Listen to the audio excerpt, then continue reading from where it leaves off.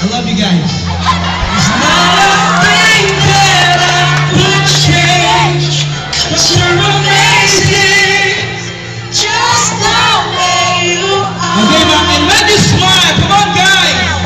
And when you smile, amazing. What? The whole world stops and stares for a while. 'Cause girl, you're amazing, just the way you are.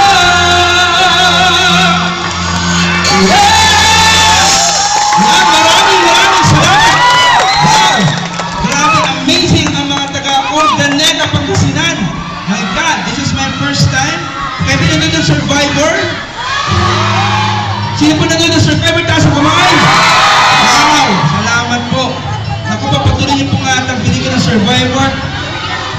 Top 5 na lang po. At thank you, Lord. Pasok po kami ni May. So, natitira na lang po si May. Ako po, si Mara, si Steph, at si Casey.